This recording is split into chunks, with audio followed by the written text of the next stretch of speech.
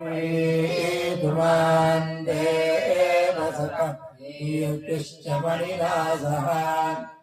प्रादुर्भूतोऽस्मि राष्ट्रेऽस्मिन् कीर्तिवृद्धिं ददातु मे क्षुत्पिपासामलान् ज्येष्ठा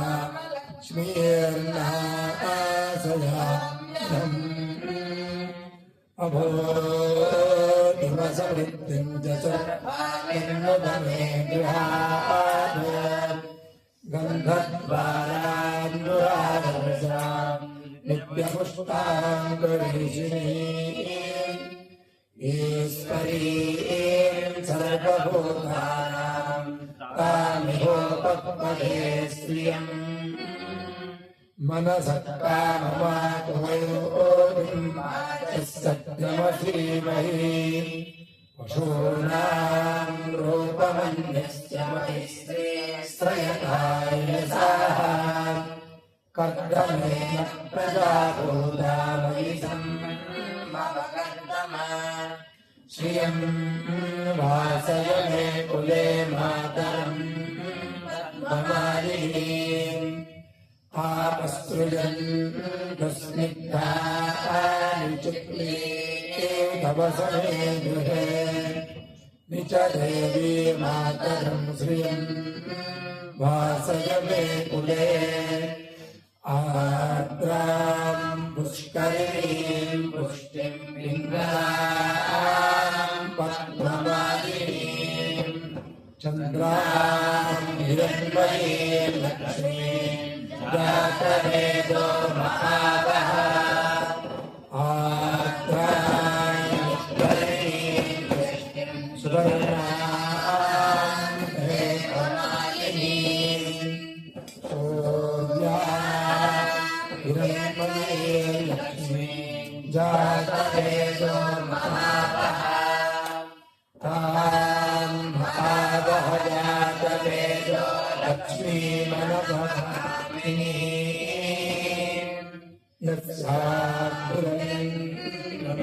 यस्याभूतं गावो दास्यो स्वाहा बिन्देयं पुरुषाणम् यस्य विप्रयतो भूत्वा भूयादाजमन्दहम् शूक्तम् पञ्चदशं श्रीकामस्तकञ्जपे पद्मानने पद्मविपद्मभद्रे पद्मप्रिये पद्मदलायताक्षी विश्वप्रिये विष्णुमनोनुकूले त्वत्पादपद्मं मयि सन्निधत्स्व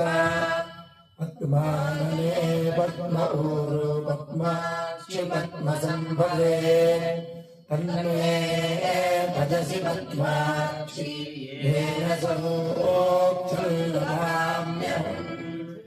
अश्वदायि गोदायि धनदायि महाबले धनं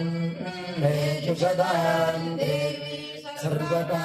आभांश्च देहि मे पुत्रपौत्रधनं धान्यं हस्तस्वास्वकरीरथम् प्रजानां भवसि आयुष्तं करोतु मे धनमग्निर्धनं वायुर्धनं सूर्यो धनं वचो धनमिन्द्रो बृहस्पतिर्वरुणो धनमस्ति वैगतेयसोमं दिवतु वृत्रः सोमं धनस्य सोमियो मह्यं ददातु सोमिनः न क्रोधो न च मात्सर्यं न लोभो न शुभामतिः भवन्ति कृतपुण्यानां भक्त्या श्रीषु प्रजापिनां सरसिजनिलये सरोजहस्ते धवलतरां सुखगन्धमाल्यशोभे भगवति हरिवल्लभे नमो त्रिभुवनभूतिकरे प्रसीदमह्यम् विष्णुपत्नी क्षमां देवी माधवी मानवप्रियाम् लक्ष्मीं प्रियसखीं न्यच्युतवल्लभाम् महालक्ष्मी च विद्महे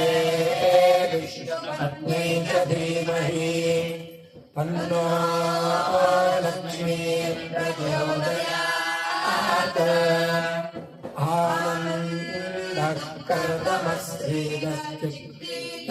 आनन्दकर्दमस्त्रीदस्तिस्तुताः ऋषजस्त्रियपुत्राश्च श्रीदेवीर्देवतावताः ऋणरोगादिदारिद्र्यपापक्षुरवरणा भयशोकमनस्ता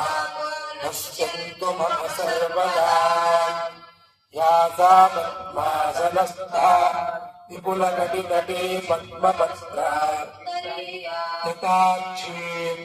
गम्भीरावर्तना विस्तनभरनमिता शुभ्रवस्त्रोत्तरेया लक्ष्मीर्दिव्यैर्गजेन्द्रैः मणिगणखचितैर्ष्णापिता हेमकुम्भैः नित्यं सा पद्महस्ता वसतु मम गृहे सर्वमाङ्गल्ययुक्ताम् सिद्ध्यलक्ष्मीर्मोक्षलक्ष्मीर्जयलक्ष्मी सरस्वती श्रीलक्ष्मीर्वरलक्ष्मीश्च प्रसन्नप्रदाम् पराङ्कुशोपासमभीतिमुद्रा